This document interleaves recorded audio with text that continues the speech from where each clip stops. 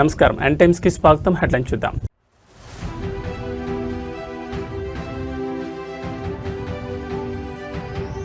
నిరుపేదలకు అండగా అన్నా క్యాంటీన్లు విజయవాడలో ప్రారంభించిన సీఎం చంద్రబాబు.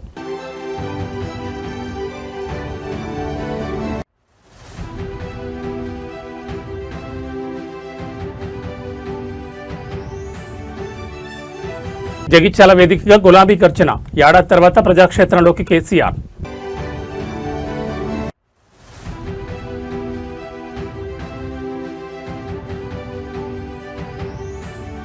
మేడిగడ్డపై సీఎం రేవంత్ రెడ్డి క్షేత్రస్థాయి పరిశీలన, అధికారులకు దిశానిర్దేశం.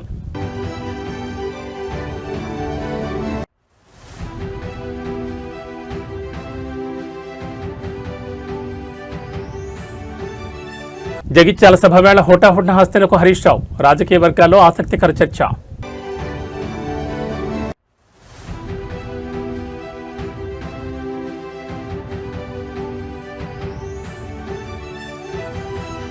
ఉద్ధంపూర్ లోయలో పడ్డ బస్సు, 15 మంది దుర్మరణం. ఇక డీటెయిల్స్ చూస్తే రాష్ట్రంలో తినడానికి తిండి లేదని ఎవరూ బాధపడొద్దని, ఎవరూ పస్తులుండొద్దని సీఎం చంద్రబాబు భావోద్వేగానికి లోనయ్యారు. ఇవాళ విజయవాడలోని పటమట హైస్కూల్ వద్ద తన సతీమణి భువనేశ్వర్తో కలిసి ఆయన అన్నా క్యాంటీన్ ప్రారంభించారు. ఈ సందర్భంగా చంద్రబాబు మాట్లాడుతూ రాష్ట్రంలో మొత్తం 269 అన్నా క్యాంటీన్లు పనిచేస్తున్నాయని తెలిపారు. త్వరలో మరో 5 క్యాంటీన్లను ప్రారంభించబోతున్నామని వెల్లడించారు. అన్నదానంలో భువనేశ్వరిని ఆదర్శంగా తీసుకోవాలని ఆయన సూచించారు. ప్రతి ఒక్కరూ తమ శక్తి మేరకు అన్నదానం చేసేందుకు ప్రయత్నం చేయాలని కోరారు. ఇది ఒక ప్రజా ఉద్యమంగా ముందుకు సాగాలని పిలుపునిచ్చారు. రాష్ట్రంలో నిరుపేదలు ఎవరూ తినడానికి తిండి లేదని బాధపడొద్దని, అందుకోసమే అన్నా క్యాంటీన్లకు శ్రీకారం చుట్టామని తెలిపారు. ఇది కేవలం అన్నదానం మాత్రమే కాదని, పరిశుభ్రమైన వాతావరణంలో పౌష్టికాహారం అందిస్తున్నామని సీఎం చంద్రబాబు పేర్కొన్నారు.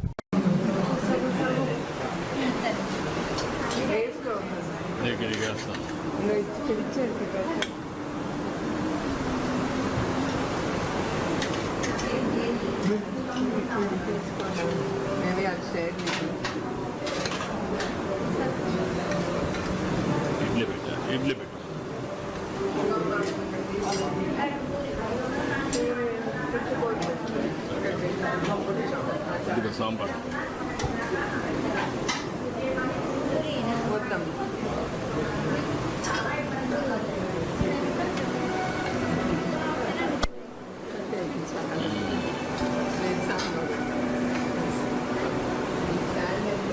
ఇక్కడ పెట్టారా? బాగున్నారా? బాగున్నారంతా. నువ్వేం చేస్తావమ్మా? ఆటో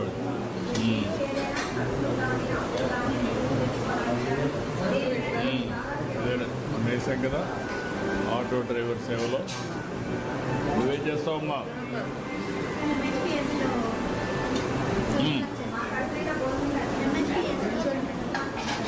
అచ్చమ్మా.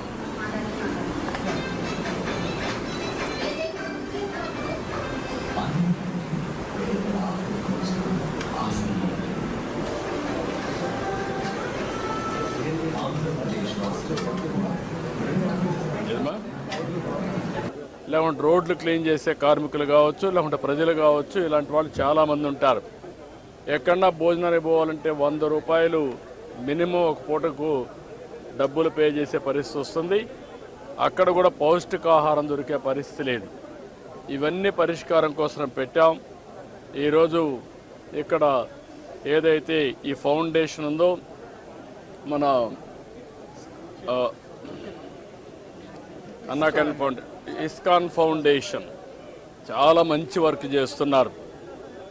అది కూడా సెంట్రలైజ్డ్ కిచెన్ పెట్టి, అది కూడా చాలా పౌష్టికాహారం కానీ వెరైటీస్ కూడా పెంచి రుచికరమైన నాణ్యమైన ఫుడ్ పెట్టే పరిస్థితికి వచ్చారు. ఈరోజు రాష్ట్రంలో 269 అన్నా క్యాంటీన్లు పనిచేస్తున్నాయి. మొన్నే 62 ఓపెన్ చేశాం. ఇంకొక 5 కూడా తొందరలోనే ప్రారంభమవుతాయి. 275 క్యాంటీన్ని ప్రారంభిస్తున్నాం. ఈరోజు దీనికోసం నేను ఒకటే మా ఫ్యామిలీ, అందులో భువనేశ్వర్ గారిని మనస్ఫూర్తిగా అభినందిస్తున్నాను. ఈరోజు నా పుట్టినరోజు సందర్భంగా 76 లక్షల రూపాయలు రాష్ట్రం మొత్తం అన్ని అన్నా క్యాంటీన్లో ఫ్రీగా 3 పూట్ల భోజనం పెట్టడానికి ముందుకు వచ్చారు. ఒక స్ఫూర్తిదాయకంగా నిలిచారు.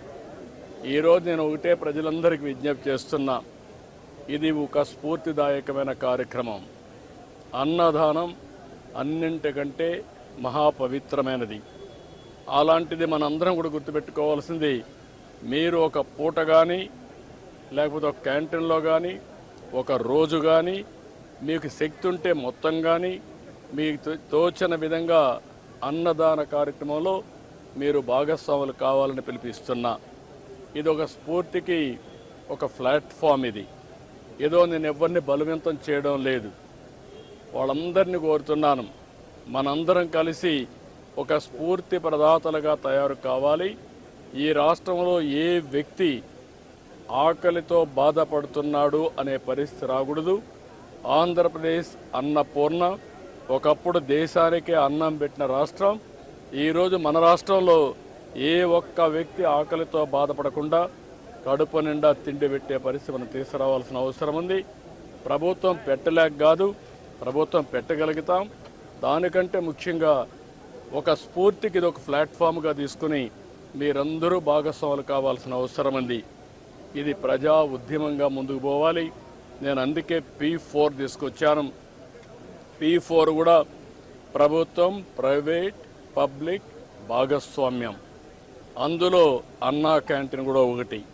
ఇది ఒకటే కాదు, డబ్బులుండే ప్రతి ఒక్కరు కూడా టాప్ 10%, బాటమ్ 20%ని అన్ని విధాలు ఆదుకోవాలి. అందుకే పేరు కూడా MBK అని పెట్టాను. మార్గదర్శి బంగారు కుటుంబం 10-20, 10-20, పైనుండే 20 మంది, 10 మంది, కింద నుండే 20 మందిని అనునిత్యం ఆదుకునే కార్యక్రమం చేయాలి. అది కూడా ఒక పూట ఏదో ఇచ్చేయడం కాదు. ఒక పూట కాకుండా వాళ్ళని short term, medium term, long term ఈ 3 దృష్టిలో పెట్టుకొని మనతో సమానంగా వాళ్ళని పైకి తీసుకొచ్చే పరిస్థితి, అన్ని విధాలు ఆదుకుని సమాజంలో ఆర్థిక అసమానతను తగ్గించే దిశగా అందరూ ఆలోచించాల్సిన అవసరం ఉంది. అదే నిజమైన ప్రజాస్వామ్యం, అదే సమాజానికి స్ఫూర్తి. అలాంటి కార్యక్రమంలో భాగంగానే ఈరోజు ఇక్కడికి వచ్చినప్పుడు నాకు చాలా సంతోషం కలిగింది. చాలామందితో ఇంటరాక్ట్ అయ్యాను. వాళ్ళ ఆనందం చూస్తే నాకు చాలా తృప్తినిచ్చింది. ఈ కార్యక్రమానికి సహకరించిన భువనేశ్వర్ గారిని మనస్ఫూర్తిగా అభినందిస్తూ, కుటుంబాన్ని మనస్ఫూర్తిగా అభినందిస్తూ మరొకసారి రాష్ట్రంలో అందరికీ విజ్ఞప్తి చేస్తున్నా, ఆంధ్రప్రదేశ్ అనే మాట అన్నపూర్ణ. ఈ అన్నపూర్ణలో ఎవ్వడు కూడా ఆకలితో బాధపడకూడదు. గడిచిన ప్రభుత్వాన్ని చూసాం, ఇలాంటి బంగారు లాంటి క్యాంటీన్లు. దీన్ని చూస్తే ఎట్లా మనం. తెలంగాణ మాజీ ముఖ్యమంత్రి బీఆర్ఎస్ అధినేత కె చంద్రశేఖరరావు సుదీర్ఘ విరామం తర్వాత మళ్లీ ప్రజాక్షేత్రంలోకి వస్తున్నారు. ఇవాళ జగిత్యాల వేదికగా నిర్వహించనున్న ప్రజా ఆశీర్వాద సభతో ఆయన తన రాజకీయ పోరాటాన్ని పునఃప్రారంభించనున్నారు. ఇటీవల కాంగ్రెస్ పార్టీకి రాజీనామా చేసిన సీనియర్ నేత మాజీ మంత్రి జీవన్ రెడ్డి ఇవాళ కేసీఆర్ సమక్షంలో బీఆర్ఎస్ తీర్థం పుచ్చుకోనున్నారు. జీవన్ రెడ్డి చేరిక సందర్భంగా జగిత్యాల మినీ స్టేడియంలో పార్టీ భారీ బహిరంగ సభను ఏర్పాటు చేసింది. కేసీఆర్ రాకతో ఉమ్మడి కరీంనగర్ జిల్లా రాజకీయాలు ఒక్కసారిగా వేడెక్కాయి. దాదాపు ఏడాది కాలం తర్వాత కేసీఆర్ బహిరంగ సభలో ప్రసంగిస్తుండటంతో రాజకీయ వర్గాల్లో ఆసక్తి నెలకొంది. రాష్ట్రాల అధికారంలో ఉన్న కాంగ్రెస్ ప్రభుత్వం 2 ఏళ్ల పాలన, హామీల అమలులో వైఫల్యాలు, రైతుల సమస్యలపై కేసీఆర్ నిశ్చితంగా విమర్శలు చేసే అవకాశం ఉంది. ఈ సభకు లక్షలాది మంది ప్రజలు తరలివస్తారని బీఆర్ఎస్ శ్రేణులు అంచనా వేస్తున్నాయి. తెలంగాణ ముఖ్యమంత్రి రేవంత్ రెడ్డి అత్యంత కీలకమైన కాళేశ్వరం ప్రాజెక్టును సందర్శించనున్నారు. భారీ నీటిపారుదల శాఖ మంత్రి ఉత్తమ్ కుమార్ రెడ్డి మరియు ఇతర ఉన్నతాధికారులతో కలిసి ఆయన ప్రాజెక్టులోని వివిధ విభాగాలను క్షేత్రస్థాయిలో పరిశీలించనున్నారు. ముఖ్యంగా కుంగిపోయిన మేడిగడ్డ బ్యారేజ్ పిల్లర్లను, అన్నారం మరియు సుందేళ్ల బ్యారేజీల వద్ద ఉన్న పరిస్థితులను సీఎం స్వయంగా సమీక్షించనున్నారు. గతంలో కుంగిపోయిన మేడిగడ్డ బ్యారేజ్ పిల్లర్ల పరిస్థితిని, పునరుద్ధరణ పనుల పురోగతిని ముఖ్యమంత్రి అడిగి తెలుసుకోనున్నారు. విజిలెన్స్ విచారణ మరియు నేషనల్ డ్యామ్ సేఫ్టీ అథారిటీ నివేదికల నేపథ్యంలో ప్రభుత్వం తీసుకోబోయే తదుపరి చర్యలపై అధికారులకు దిశానిర్దేశం చేయనున్నారు. రాబోయే వానాకాలం సీజన్ దృష్టిలో ఉంచుకుని రైతులకు సాగునీరు అందించే మార్గాలపై ఇంజనీరింగ్ అధికారులతో చర్చించనున్నారు.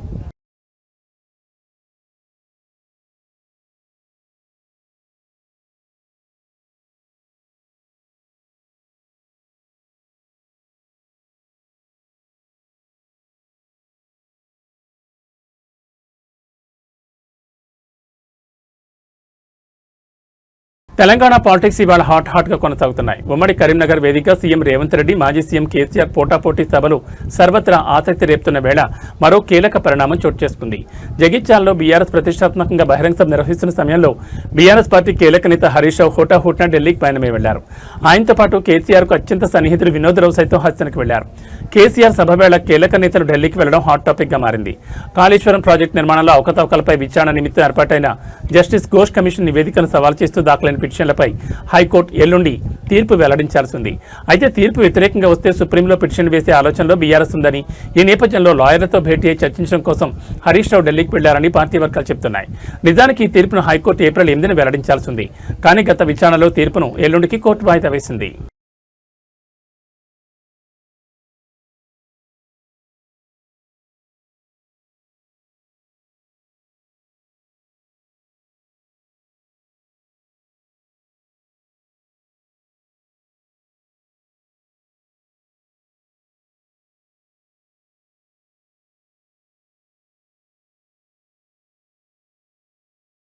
నెల్లూరు జిల్లా ఆత్మకూరులో ముఖ్యమంత్రి చంద్రబాబు నాయుడు జన్మదిన వేడుకలు వినూత్నంగా నిర్వహించారు. ఈ సందర్భంగా తిరుమల గాలిగోపురం తరహాలో నిర్మించిన గుడి సెట్టింగ్ భక్తులను ప్రజలను విశేషంగా ఆకట్టుకుంది. దేవాదాయ శాఖ మంత్రి ఆనం రామనారాయణ రెడ్డి ఆధ్వర్యంలో జరిగిన ఈ కార్యక్రమాలు ఆధ్యాత్మిక వాతావరణంలో సాగాయి.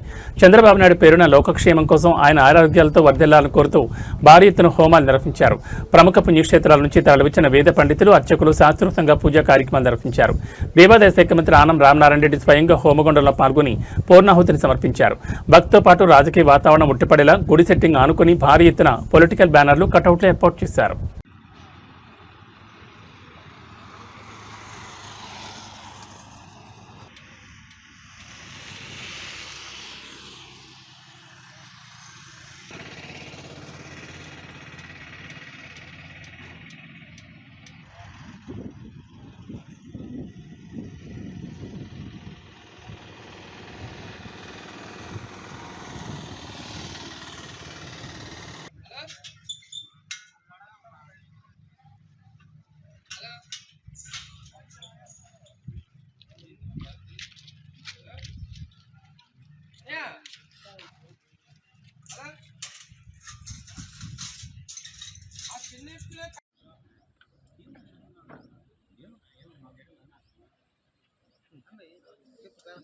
తెలంగాణలో ఆర్టీసీ సమ్మెకు కౌంటౌన్ ప్రారంభమైంది. మరో 48 గంటల్లో సమ్మె సరణ ముగించే అవకాశం ఉందని ఆర్టీసీ కార్మిక సంఘాలు స్పష్టం చేస్తున్నాయి. ఇప్పటికే డిపోల స్థాయిలో సమ్మెకు సన్నాహాలు పూర్తయ్యాయని, అవసరమైతే ఎప్పుడైనా ఆందోళన ప్రారంభిస్తామని ఆర్టీసీ జేఏసీ నేతలు తెలిపారు. ఇదిలా ఉంటే సమ్మె అంశాన్ని ప్రభుత్వం అంతగా పట్టించుకోలేదన్న విమర్శలు వినిపిస్తున్నాయి. ఇప్పటి వరకు ఆర్టీసీ జేఏసీని అధికారిక చర్చలకు ఆహ్వానించకపోవడం కార్మికుల అసంతృప్తిని పెంచుతోంది. అయితే ప్రభుత్వ వర్గాలు మాత్రం విలీనం, యూనియన్ల పునరుద్ధరణ మినహా మిగతా డిమాండ్లపై సానుకూలంగా ఉన్నామని చెప్తున్నాయి. సమ్మె ప్రారంభమైతే ప్రజా రవాణా వ్యవస్థ తీవ్రంగా దెబ్బతినే అవకాశం ఉంది. లక్షలాది మంది ప్రయాణికులు ఇబ్బందులు పడే పరిస్థితి ఏర్పడవచ్చు. ఈ నేపథ్యంలో ప్రభుత్వం ప్రత్యామ్నాయ ఏర్పాట్లపై దృష్టి సారించింది. అద్దె బస్సులతో పాటు పాఠశాల బస్సులను కూడా వినియోగించుకునే యోచనలో ఉన్నట్లు సమాచారం. ఇక సమ్మెను నివారించేందుకు కూడా కీలక చర్చలు జరగనున్నాయి. రేపు మంత్రి పొన్నం, ఆర్టీసీ ఉన్నతాధికారులతో ఆర్టీసీ జేఏసీ నాయకుల మధ్య సమావేశం జరిగే అవకాశం ఉంది. ఈ చర్చల్లో సానుకూల ఫలితాలు వస్తాయా లేక సమ్మె తప్పదా అన్నది ఇప్పుడు ఆసక్తికరంగా మారింది.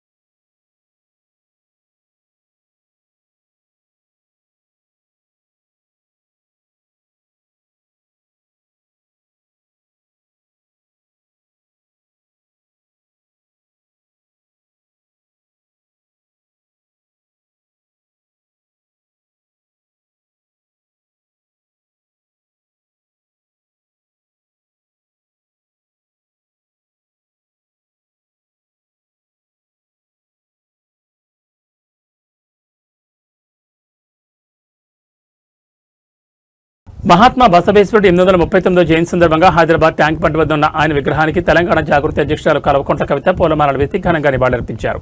ఈ సందర్భంగా మాట్లాడుతూ బసవేశ్వరుడి సిద్ధాంతాలు, సామాజిక సమానత్వంపై కీలక వ్యాఖ్యలు చేశారు. 839 ఏళ్ల క్రితమే బసవేశ్వరుడి రూపంలో ఒక గొప్ప సామాజిక విప్లవం పుట్టిందని, కుల, వర్ణ, లింగ భేదాలు లేని సమాజం కోసం ఆయన అప్పుడే పోరాడారని కవిత గుర్తు చేశారు. బసవేశ్వరుడు చెప్పిన సమానత్వం కోసం నేటికీ మనం పోరాడాల్సి రావడం మన వెనుకబాటుతనానికి నిదర్శనమని ఆమె ఆవేదన వ్యక్తం చేశారు. పార్లమెంట్లో మహిళా బిల్లు పాస్ కాకుండా అనేక అనేక శక్తులు కుట్ర చేసి అడ్డుకున్నాయని విమర్శించారు. బసవేశ్వరుడి స్ఫూర్తితో డాక్టర్ బిఆర్ అంబేద్కర్ ఆశయాలకు అనుగుణంగా తాము ఏర్పాటు చేయబోయే రాజకీయ పార్టీ సామాజిక న్యాయం కోసం నిరంతరం పనిచేస్తుందని కవిత స్పష్టం చేశారు. గత అసెంబ్లీ ఎన్నికల్లో రాజకీయ పార్టీలు మహిళలకు కేటాయించిన సీట్ల సంఖ్య చాలా తక్కువని, ఇది మహిళా సాధికారతకు ఆటంకమని ఆమె పేర్కొన్నారు. అంబేద్కర్ కూడా పదే పదే చెప్పుకుంటూ వచ్చిండ్రు, బసవేశ్వరుని ఎవరైతే ఒక ప్రాంతానికి సీమితం చేయకుండా భారతదేశ వ్యాప్తంగా వారి కోసం పాటుపడితే భారతదేశం మారుతుందని చెప్పి కూడా చెప్పడం జరిగింది. మరి ఆ బసవేశ్వరుడి యొక్క అనుచరులకి నేను మనస్ఫూర్తిగా శుభాకాంక్షలు తెలియజేస్తున్నా.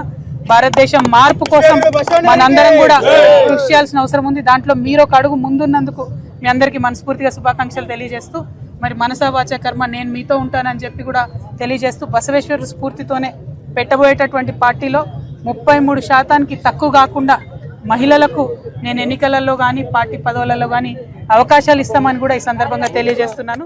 నగరంలోని ఐకానిక్ దుర్గం చెరువు కేబుల్ బ్రిడ్జ్ పై ఘోర ప్రమాదం జరిగింది. అతివేగంతో వచ్చిన ఒక BMW కారు నిలబడి ఉన్న దంపతులను ఢీకొట్టడంతో శ్యామరాజ్ అనే వ్యక్తి ప్రాణాలు కోల్పోయారు. పోలీసుల పర్యవేక్షణ లోపం వల్ల ఈ ప్రాంతం ప్రమాదాలకు నిలయంగా మారుతుందని విమర్శలు వ్యక్తమవుతున్నాయి. శ్యామరాజ్ అనే వ్యక్తి తన భార్యతో కలిసి కేబుల్ బ్రిడ్జ్ పై ఫోటోలు దిగుతుండగా వెనుక నుంచి అతివేగంగా వచ్చిన BMW కారు వారిని బలంగా ఢీకొట్టింది. భార్య కళ్ల ముందే శ్యామరాజ్ తీవ్ర గాయాల పాలయ్యాడు. వెంటనే ఆసుపత్రికి తరలించినప్పటికీ చికిత్స పొందుతూ ఆయన మృతి చెందారు. కేబుల్ బ్రిడ్జ్ పై నిత్యం ట్రాఫిక్ నిబంధనల ఉల్లంఘన జరుగుతున్నా పోలీసులు పట్టించుకోవడం లేదని స్థానికులు మండిపడుతున్నారు. వారాంతాల్లో మరియు రాత్రి సమయాల్లో వాహనాలు అతివేగంతో దూసుకుపోతుండటంతో తరచూ ప్రమాదాలు జరుగుతున్నాయి. ఇటీవల ఇదే బ్రిడ్జిపై పోలీసుల నిఘా లేకపోవడాన్ని ఆసరాగా చేసుకుని దొంగలు లైటింగ్ సెటప్ను కూడా ఎత్తికెళ్లడం గమనార్హం. అత్యంత రద్దీగా ఉండే ఈ పర్యాటక ప్రాంతాల్లో పెట్రోలింగ్ పెంచాలని, స్పీడ్ గన్ల ద్వారా వేగాన్ని నియంత్రించాలని ప్రజలు డిమాండ్ చేస్తున్నారు.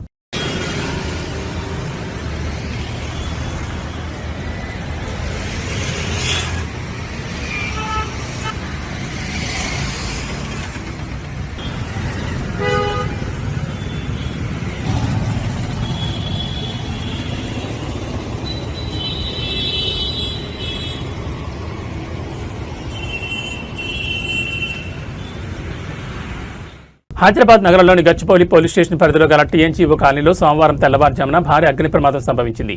ఒక అపార్ట్మెంట్లోని సెల్లార్లో అకస్మాత్తుగా మంటలు చెలరేగడంతో నివాసితులు తీవ్ర భయాందోళనకు గురయ్యారు. బిల్డింగ్ సెల్లార్లోని ఎలక్ట్రికల్ ప్యానెల్లో షార్ట్ సర్క్యూట్ సంభవించడంతో మంటలు మొదలైనట్లు అధికారులు ప్రాథమికంగా నిర్ధారించారు. మంటలు వేగంగా వ్యాపించడంతో సెల్లార్లో పార్క్ చేసి ఉన్న 15 ద్విచక్ర వాహనాలు పూర్తిగా అగ్నికి ఆవుతయ్యాయి. ప్రమాదం కారణంగా అపార్ట్మెంట్ మొత్తం దట్టమైన పొగ కమ్మేసింది. దీంతో పై అంతస్తులో ఉన్న బాధితులకు ఊపిరాడక తీవ్ర ఇబ్బందులు పడ్డారు. సమాచారం అందుకున్న అగ్నిమాపక సిబ్బంది తక్షణమే అక్కడికి చేరుకుని నిచ్చెనల సహాయంతో చిక్కుకున్న వారిని సురక్షితంగా కిందికి దించారు. పొగ పేల్చడం వల్ల తీవ్ర అస్వస్థతకు గురైన ఇద్దరిని చికిత్స నిమిత్తం సమీపంలోని ఆసుపత్రికి తరలించారు. ప్రస్తుతం మంటలు అదుపులోకి వచ్చాయి.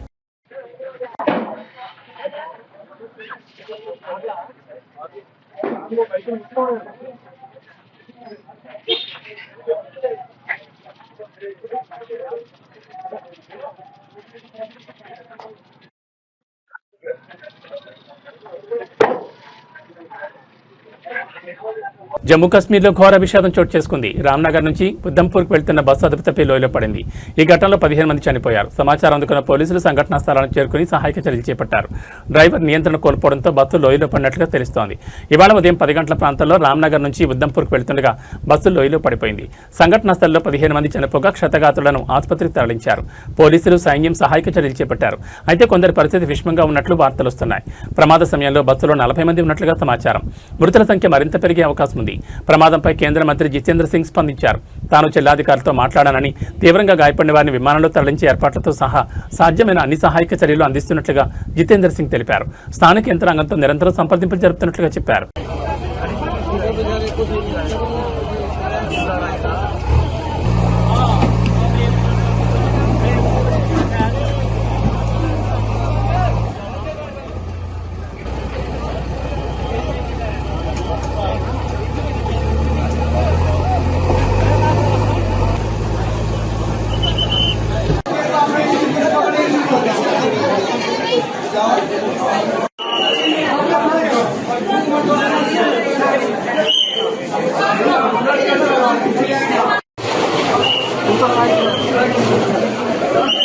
మధ్యప్రాచ్యంలో మరోసారి యుద్ధ మేఘాలు కమ్ముకున్నాయి. ఇరాన్ దేశానికి చెందిన తౌస్కా అనే వాణిజ్య నౌకపై అమెరికా దళాలు విరుచుకుపడ్డాయి. నౌకపై కాల్పులు జరిపిన అనంతరం అమెరికా సైన్యం ఆ నౌకంత అధీనంలోకి తీసుకుంది. ఈ విషయాన్ని అమెరికా అధ్యక్షుడు డొనాల్డ్ ట్రంప్ సోషల్ మీడియా వేదికగా అధికారికంగా ధృవీకరించారు. అంతర్జాతీయ జిల్లాలో ప్రయాణిస్తున్న ఇరాన్ నౌక తౌస్కా లక్ష్యంగా అమెరికా దళాలు ఈ ఆపరేషన్ నిర్వహించాయి. ప్రాథమిక సమాచారం మేరకు సదరు నౌక అనుమానాస్పద కార్యకలాపాలకు పాల్పడుతోందన్న నేపథ్యంతో అమెరికా ఈ చర్యకు దిగినట్టు తెలుస్తోంది. కాల్పుల అనంతరం నౌకను స్వాధీనం చేసుకున్న అమెరికా దళాలు దాన్ని తమ భద్రతా జోన్కు తరలించినట్లు సమాచారం. ఈ ఆపరేషన్ విజయంపై అమెరికా అధ్యక్షుడు ట్రంప్ స్పందిస్తూ తమ దేశ భద్రతకు ముప్పు కలిగించి ఏ చర్యలనైనా సహించేది లేదని హెచ్చరించారు. ఈ ఘటనతో ఇరాన్ అమెరికా మధ్య దౌత్యపరమైన సంబంధాలు మరింత క్షీణించే అవకాశం ఉంది.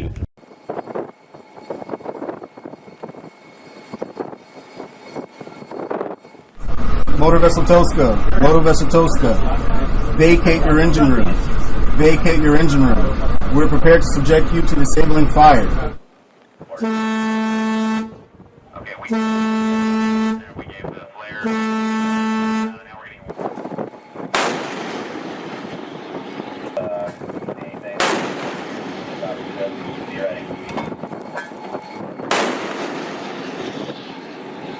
ఏబీ బులెటిన్ విశేషాలు మరో బులెటిన్లో మళ్ళీ కలుసుకుందాం. నమస్కారం.